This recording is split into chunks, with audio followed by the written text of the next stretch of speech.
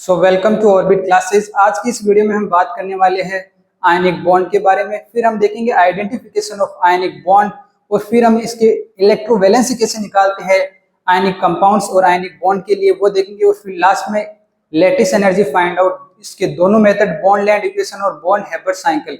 तो चलो शुरू करते हैं। सबसे पहले व्हाट इज आयनिक बॉन्ड। तो आयनिक बॉन्ड होती क्या है? ये एक स्ट्रॉन्ग फोर्स ऑफ अट्रैक्शन होता है किसी मेटल और नॉन मेटल के बीच में by the transfer of electron. तो ये होती है आयनिक बॉन्ड। तो चलो डिस्कस करते हैं। केमिकल बॉन्डिंग में टाइप्स ऑफ केमिकल बॉन्ड में आएगा ये टाइप्स ऑफ केमिकल बॉन्ड।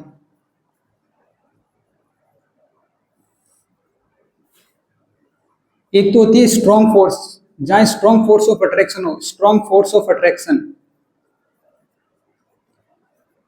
और एक होगी वीक फोर्स ऑफ अट्रैक्शन। इसको दो तरीके से क्लासिफाइड कर देंगे, वीक फोर्स ऑफ अट्रैक्शन।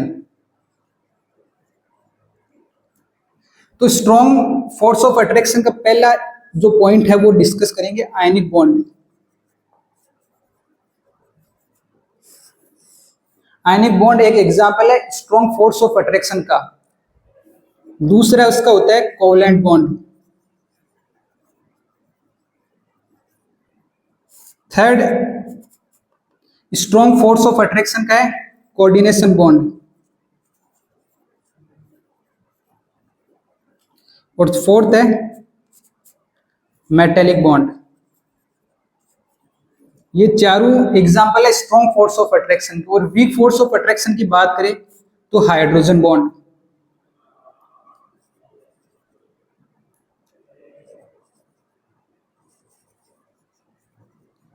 और दूसरा है वंडरवाल फोर्स ऑफ अट्रैक्शन।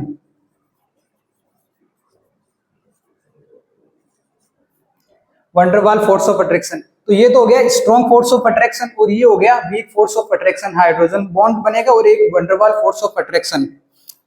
सबसे पहले हम देखेंगे कि आयनिक बॉन्ड बनता कैसे। तो आयनिक बॉन्ड बनता किनके बीच में है? मेटल और नॉन मेटल के बीच में। हमेशा आयनिक बॉन्ड, हमेशा ये पॉइंट टू रिमेंबर पॉइंट है ये कि आयनिक बॉन्ड मेटल और नॉन मेटल के बीच में बनेगा। सिमिलरली कोवलेंट बॉन्ड बनेगा नॉन मेटल और नॉन मेटल के बीच में। कोऑर्डिनेशन बॉन्ड भी नॉन मेटल और नॉन मेटल के बीच में बनेगा। और लास्ट में मेटेलिक बॉन्ड, ये बनेगा मेटल और मेटल के बीच में।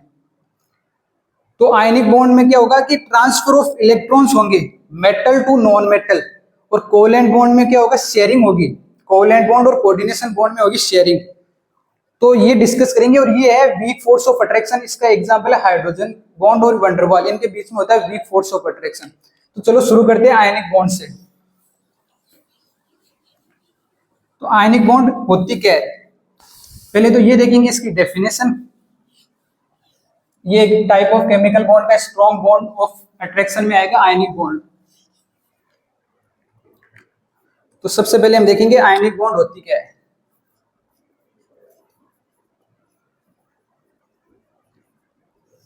तो इसकी जो डेफिनेशन होगी वो क्या होगी? The electrostatics force of attraction between two or more than two metal and non-metal atom by the complete transfer of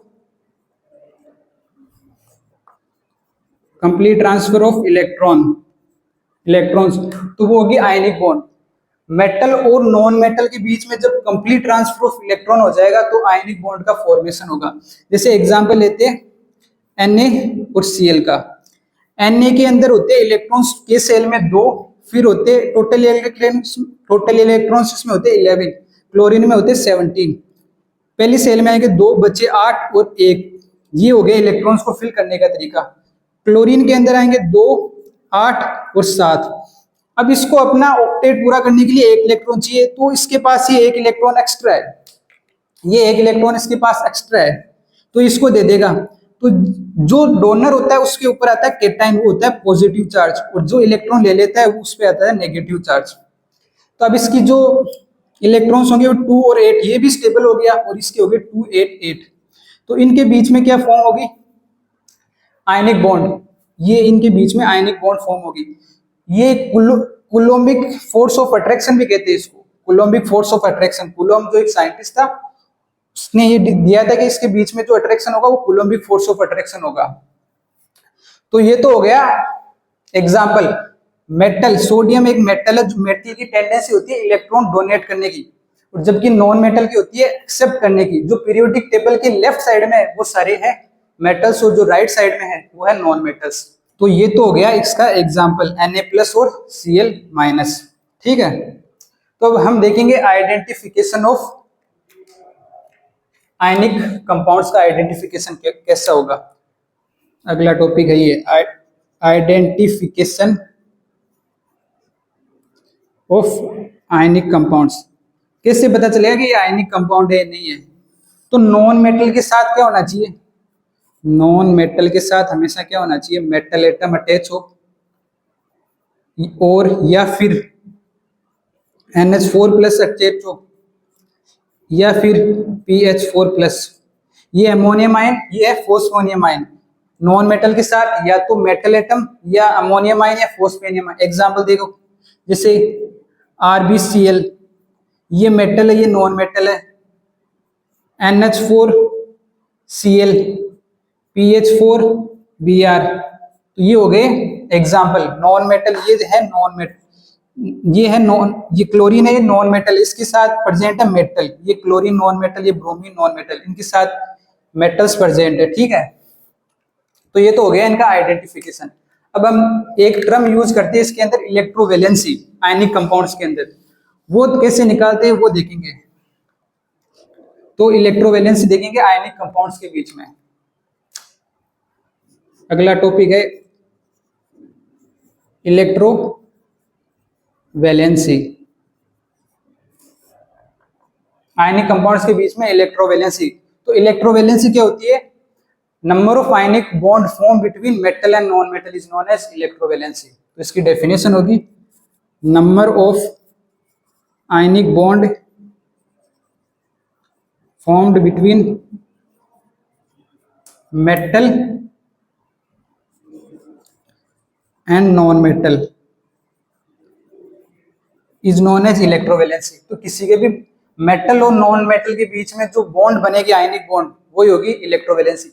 जैसे इसकी इलेक्ट्रोवैलेंसी क्या होगी, जैसे इनके बीच में एक ही बॉन्ड है तो इसके बीच में इलेक्ट्रोवैलेंसी 1 हो गई।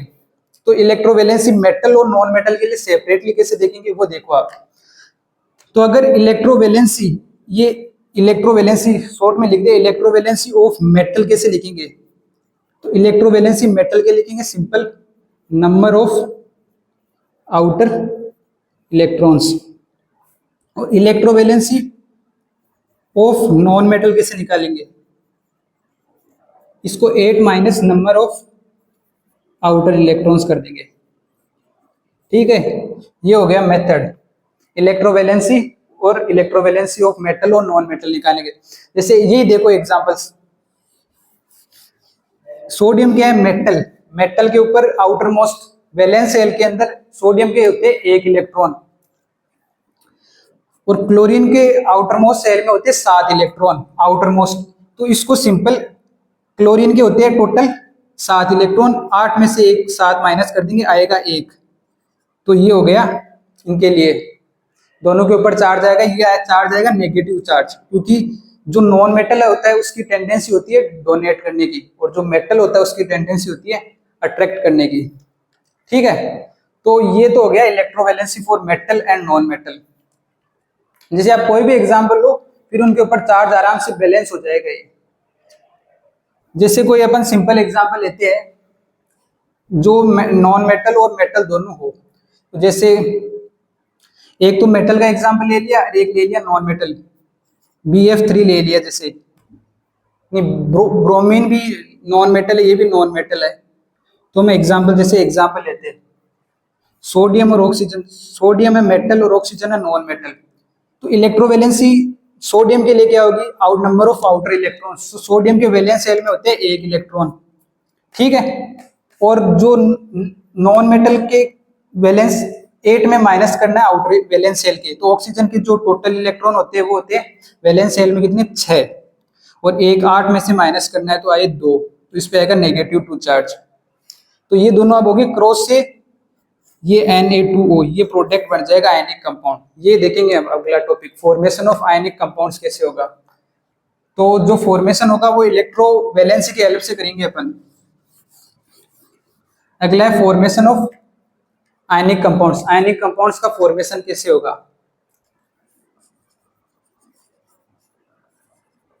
फॉर्मेशन ऑफ आयनिक कंपाउंड्स, देखो पहले हम एग्जांपल लेते सिंपल। ये एक कैटायन है जिसके ऊपर पॉजिटिव चार्ज है, ये एक एनाइन बी है जिसके ऊपर नेगेटिव चार्ज है। अब जो आयनिक कंपाउंड्स का जो फॉर्मेशन होगा वो कैसे होगा, इन दोनों के बीच में लगता है क्रॉस रूल।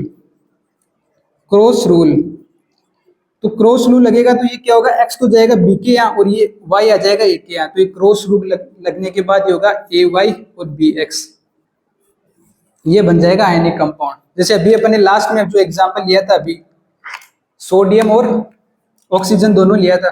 जैसे सोडियम और ऑक्सीजन, सोडियम के वैलेंस शेल में होते हैं 1 इलेक्ट्रॉन और ऑक्सीजन के वैलेंस शेल में होते हैं 6 इलेक्ट्रॉन। तो इलेक्ट्रोवैलेंसी नॉन मेटल कैसे निकालते हैं, 8 माइनस आउटर इलेक्ट्रॉन्स, 8 में से 6 माइनस कर देंगे आएगा 2, और -2 लिखेंगे, क्यों लिखेंगे, क्योंकि इसकी टेंडेंसी होती है क्या, इलेक्ट्रॉन लेने की, ठीक है। तो ये क्या होगा, अभी लगेगा क्रॉस रूल, इन साइंस को तो हटा देना है, क्रॉस रूल लगाना है, अप्लाइंग क्रॉस रूल। तो ये क्या होगा, Na, ये 2 तो यहाँ चला जाएगा और ये 1 यहाँ आ जाएगा, Na2O, ये कंपाउंड बन जाएगा आयनिक कंपाउंड्स। ऐसे फॉर्म होंगे आयनिक कंपाउंड्स। जैसे अभी ऐसे, जैसे एग्जांपल NaCl का लिया था, Na के ऊपर इलेक्ट्रोवैलेंसी आएगी, आउटर इलेक्ट्रॉन सोडियम पर होता है 1 और क्लोरीन पर होते हैं 7, तो 8 - 7 करेंगे, उस पर भी 1, फिर क्रॉस रूल लगेगा तो भी वही आएगा। जैसे एक एग्जांपल और लेते, MgO, मैग्नीशियम ऑक्साइड, तो इस मैग्नीशियम पर भी होता है +2 चार्ज आउटर मोस्ट में, number of outer electrons magnesium पर होते हैं +2 और ऑक्सीजन पर होते हैं 6 आउटर मोस्ट में से, तो 8 में से 6 माइनस करेंगे तो आएगा 2 और इससे होगा नेगेटिव चार्ज। अब अप्लाई करेंगे क्रॉस रूल, तो Mg2O2 ये बनेगा। लेकिन अगर इसके अंदर अगर दोनों के चार्ज सिमिलर हो जाए ना, तो फिर ये प्रोडक्ट न बन के रेशियो के फॉर्म में बनता है MgO। ये हो गया इसका बनने का सही तरीका मैग्नीशियम ऑक्साइड का, ठीक है। ये तो हो गया इसका जो आयनिक कंपाउंड्स का फॉर्मेशन कैसे होगा। जैसे एक एग्जांपल लेते हैं बड़ा सारा, फिर उसकी हेल्प से करेंगे हम। आयनिक कंपाउंड्स का जो फॉर्मेशन होगा उसके लिए 2 टर्म यूज होगी, एक तो होगी इलेक्ट्रोवैलेंसी ये, और एक अप्लाई होगा क्रॉस रूल। अगर वो दोनों सही है तो फिर जो आयनिक कंपाउंड्स है वो सही बन जाएगा। तो चलो एक क्वेश्चन ही करते हैं। Consider the following electronic configuration. जैसे एटम एक की दे रखी है, 1s2 2s2 2p6 3s2, ठीक है, 3p1। बी की दे रखी है 1s2 2s2 2p6 3s1। सी की दे रखी है, ये क्वेश्चन है, आप खुद करना है कि कंपाउंड आयनिक कंपाउंड बनेंगे कैसे। सी की दे रखी है 1s2 2s2 2p3 और डी की दे रखी है 1s2 2s2 2p5। तो सबसे पहले आयनिक कंपाउंड बनता है किसके बीच में, मेटल और नॉन मेटल के बीच में। आयनिक कंपाउंड बनता है किनके बीच में, मेटल और नॉन मेटल के बीच में। तो ये तो क्या हो गए, मेटल्स हो गए और ये हो गए नॉन मेटल्स। तो अब आप आइडेंटिफिकेशन करके बताओ आयनिक कंपाउंड क्या बनेगा। अगर ए और सी कंपाउंड बने तो उनका आयनिक कंपाउंड का फॉर्मूला क्या होगा। अगर ए और डी बने तो क्या होगा। अगर सी और डी कभी नहीं बनेगी क्योंकि नॉन मेटल के बीच में आयनिक बॉन्ड नहीं बनेगा। बी और सी के बीच में बन जाएगा, बी और सी और बी और डी के बीच में। तो आप वीडियो को पॉज करो फिर आप खुद करो, ठीक है। अब मैं इसका आंसर बताता हूँ कैसे होगा। तो एक के आउटर मोस्ट शेल में कितने इलेक्ट्रॉन, 3 इलेक्ट्रॉन +3। सी के आउटर मोस्ट में कितने इलेक्ट्रॉन? 3 इलेक्ट्रॉन। नॉन मेटल है, नॉन मेटल के 8 में से आउटर इलेक्ट्रॉन्स माइनस करते हैं, तो 8 - 3 5, तो ये क्या आएगा? A5। ये इनके बीच में क्रॉस रूल लग जाएगा, ठीक है। सॉरी, ये 3 था यहाँ, तो ये A3, ठीक है। ये क्रॉस रूल लगने के बाद में, और ये भी 3 यहाँ आएगा, तो फिर क्या होगा? ये रेशियो सेम हो गया, तो ये कंपाउंड बनेगा ये वाला Sc, ठीक है। अगला A और D देखते हैं। एक के आउटर मोस्ट शेल में इलेक्ट्रॉन +3 और D के आउटर मोस्ट में 7, तो टोटल कितने हुए? 8 - 7 1, तो इसमें लगेगा क्रॉस रूल लगेगा, तो ये बनेगा A1 और B D3, ये बनेगा, ठीक है। अब हम देखेंगे B और C के बीच में कैसे बनेगा आयनिक बॉन्ड, ठीक है। तो B के आउटर मोस्ट शेल में कितने इलेक्ट्रॉन? केवल 1 इलेक्ट्रॉन +1। C के आउटर मोस्ट में कितने electron? Total 5 electron outer most में है, तो इसमें से क्या करेंगे? 8 माइनस आउटर इलेक्ट्रॉन, तो 5 में से 8 माइनस करेंगे तो आएगा 3, तो जो वो बनेगा आयनिक कंपाउंड वो बनेगा B3C, ये आयनिक कंपाउंड। और B और D के बीच में कैसे बनेगा आयनिक कंपाउंड? तो B के वैलेंस शेल में इलेक्ट्रॉन 1 और D के वैलेंस शेल में इलेक्ट्रॉन 7, 7 - 1 D, ये BD बनेगा। 7 - 8 - 7 1 आएगा, तो ये 1 यहाँ लिख दिया। ये तो हो गया आयनिक कंपाउंड्स कैसे फॉर्म करेंगे। तो ये क्वेश्चन सारे कंसेप्ट को कवर करता है, इलेक्ट्रोवैलेंसी को और इलेक्ट्रोवैलेंसी वाले कंसेप्ट को, और जो क्रॉस रूल लगाया था उन दोनों कंसेप्ट को ये क्वेश्चन कवर करता है। देखो ये मेटल है, ये कैसे पता चलेगा? क्योंकि ये पीरियोडिक टेबल के लेफ्ट साइड में आ रहा है। ये कौन सा कंपाउंड है वैसे आप बताओ? ये है एल्यूमिनियम, 13th नंबर पर आ। इलेक्ट्रॉनिक कॉन्फ़िगरेशन काउंट कर लोगे, 13th नंबर पर आ रहा है। ये कौन सा है? 10, ये है सोडियम। ये दोनों क्या है? मेटल है। और ये क्या है? दोनों नॉन मेटल है। ये इसकी इलेक्ट्रॉनिक कॉन्फ़िगरेशन हिसाब से क्या है? 2 2 4 और 3 कितने हुए? 7। तो ये कौन सा आ गया? नाइट्रोजन। ये कौन सा हो गया? ये हो गया फ्लोरीन। तो ये फ्लोरीन और नाइट्रोजन है, ये है नॉन मेटल। अब जैसे ये कंपाउंड क्या बनेगा A और C के बीच में? देखो एल्यूमिनियम A हो गया और C के नाइट्रोजन, तो Al3, यही बनेगा। कभी ये नहीं बनेगा। आप यहाँ ये जो रेशियो की फॉर्म में लिखते हैं, ये इस वजह से ये A और C साथ आ जाएंगे। तो ये तो हो गया इसका क्वेश्चन। अब हम पढ़ेंगे लैटिस एनर्जी कैसे निकालेंगे।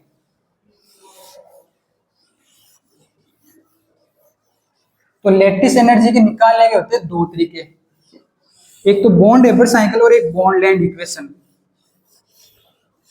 तो दोनों को देखेंगे, फिर क्वेश्चन करेंगे 1 2, फिर ये कंसेप्ट पूरा हो जाएगा। फिर अब देखेंगे एप्लीकेशन ऑफ लैटिस एनर्जी, ठीक है।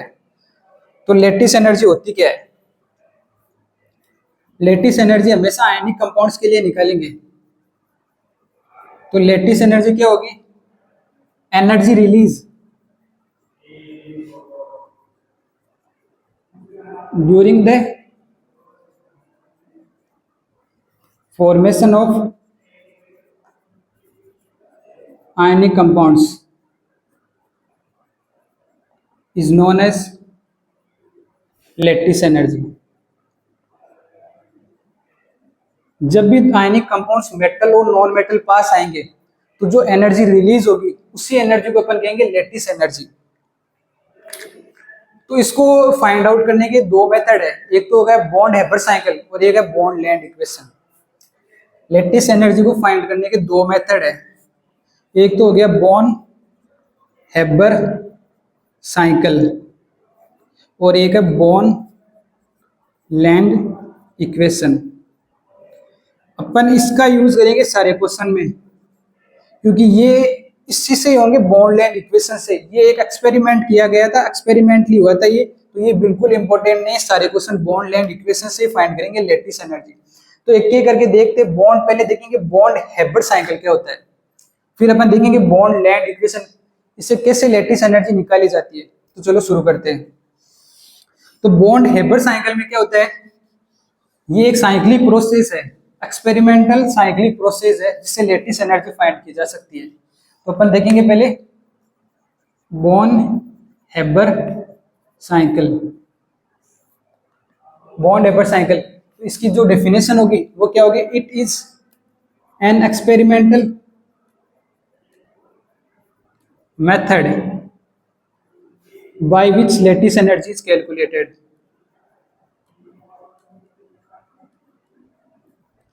Lattice energy is calculated. ये क्वेश्चन करेंगे तो बिल्कुल हेल्प नहीं आएगी, ये तो बस लेटिस एनर्जी निकालने के दो मेथड दे के बॉन्ड लैंड इक्वेशन और बॉन्ड हेबर साइकिल तब हम डिस्कस कर रहे हैं। और ये लेटिस एनर्जी फाइंड क्वेश्चन में फाइंड दे, जेई हो चाहे नीट हो चाहे सीयूटी हो, इनमें ये जब निकालेंगे तो इसका यूज नहीं करेंगे, ये तो बस इंफॉर्मेशन के लिए पता होना चाहिए। तो इसमें होता क्या है, सबसे पहले मेटल एटम होता है ना, 3 स्टेप में होती है, 3 स्टेप्स में होती है। तो पहली स्टेप क्या होगी? स्टेप फर्स्ट, मेटल एटम का होता है कन्वर्जन। मेटल एटम का कन्वर्ज होता है गैसियस मॉलिक्यूल के अंदर, और फिर गैसियस मॉलिक्यूल का कन्वर्जन होता है इसी स्टेप में गैसियस एटम के अंदर। ये तो स्टेप फर्स्ट हो गई। स्टेप फर्स्ट में क्या होता है? मेटल एटम का होता है कन्वर्जन गैसियस मॉलिक्यूल में, और फिर गैसियस मॉलिक्यूल का कन्वर्जन होता है गैसियस एटम में। ये तो हो गई स्टेप फर्स्ट। स्टेप सेकंड क्या हो गई इसकी? अब गैसियस एटम का कन्वर्जन होगा गैसियस एनाइन में। गैसियस एटम का कन्वर्जन होगा गैसियस आयन में, ठीक है। वो लास्ट स्टेप जिसमें मेटल क्रिस्टल बनेगा वो देखेंगे। तो लास्ट स्टेप क्या होगा? गैसियस आयन का कन्वर्जन होगा क्रिस्टल लैटिस में।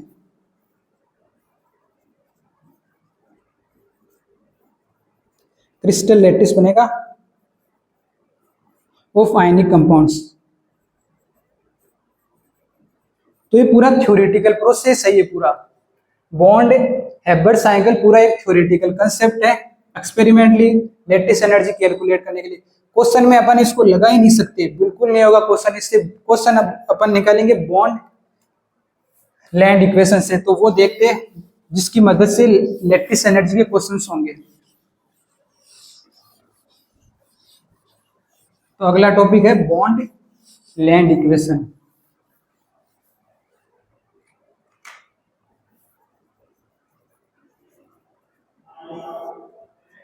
तो ये इसकी डेफिनेशन क्या होगी? इट इज यूज्ड टू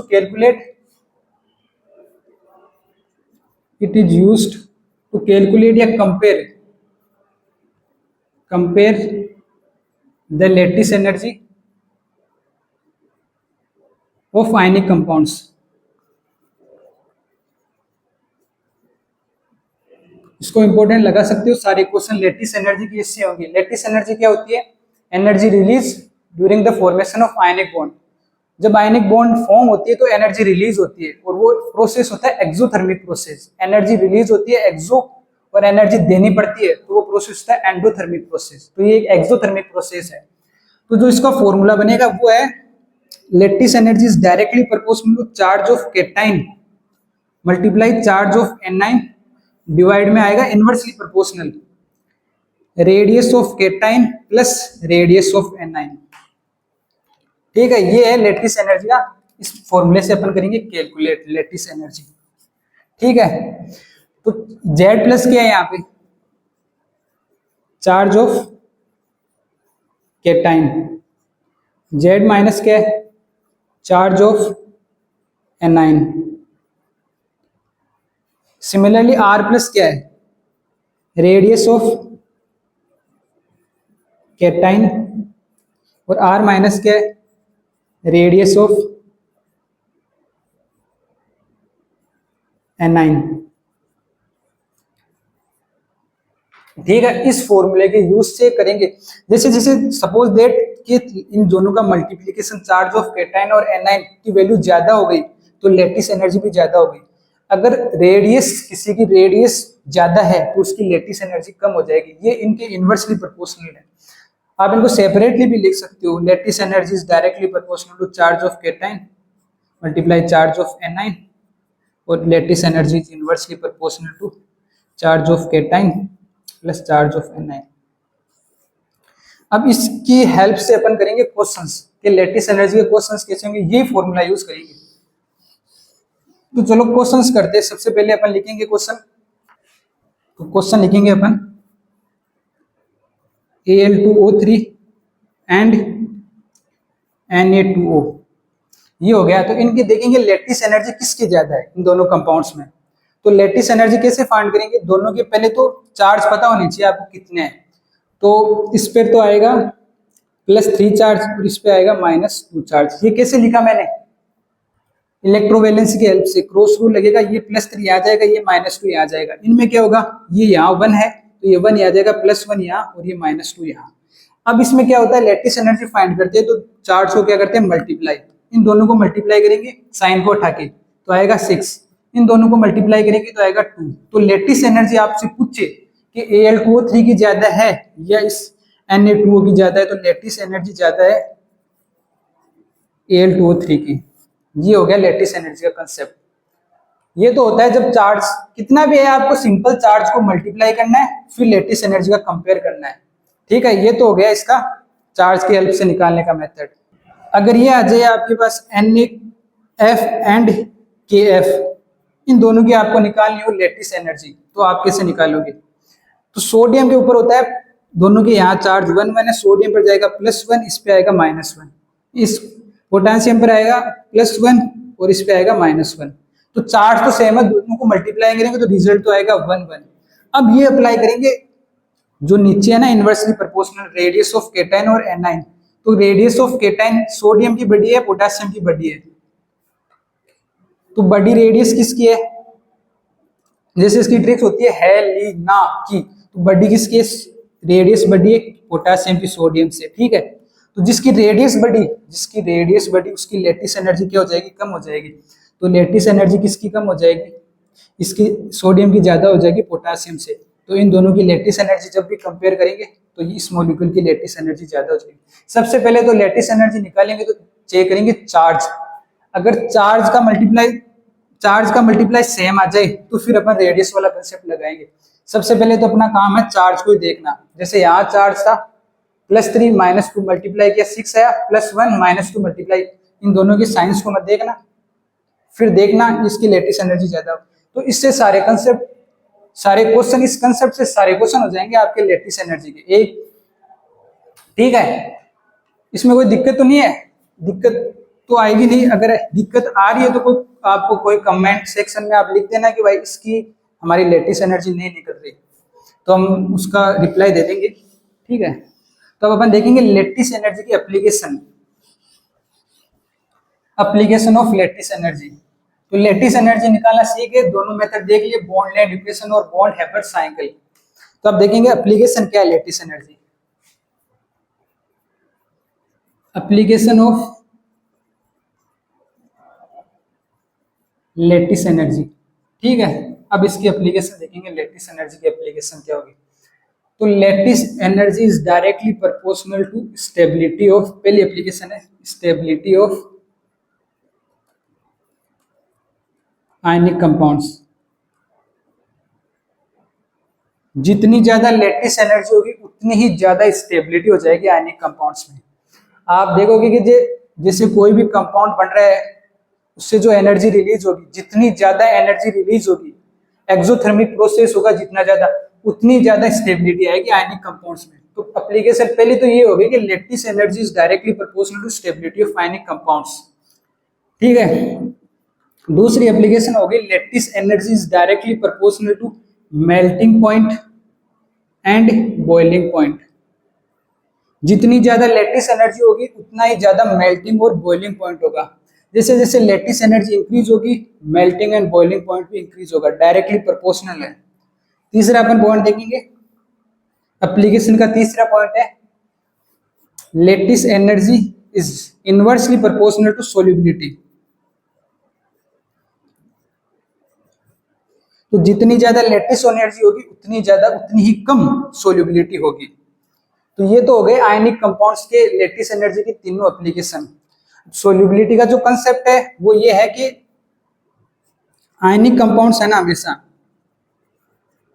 वो होते हैं पोलर में, पोलर कंपाउंड्स में ही ना सोल्यूबल होते हैं।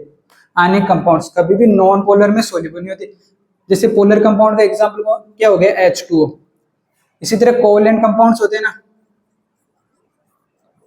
वो होते हैं soluble non polar, non polar compounds में। एग्जांपल हो गया CCl4 हो गया, बेंजीन हो गया। तो ये हो गए एग्जांपल, ये सोल्यूबिलिटी के। जैसे आयनिक कंपाउंड्स ज्यादा सोल्यूबल किस में होंगे, आयनिक कंपाउंड ज्यादा सोल्यूबल होंगे पोलर कंपाउंड्स में। और आयनिक कंपाउंड्स नॉन पोलर में बिल्कुल भी सोल्यूबल नहीं होते, नॉन पोलर कंपाउंड्स में बिल्कुल भी सोल्यूबल नहीं होते। तो ये तो हो गई इसकी तीनों एप्लीकेशन। तो इस चैप्टर में अपन ने क्या पढ़ा, सबसे पहले हमने पढ़ा आयनिक कंपाउंड्स होते क्या है, आयनिक कंपाउंड्स के फॉर्मूला कैसे होगा, कोवेलेंसी कैसे फाइंड आउट करेंगे।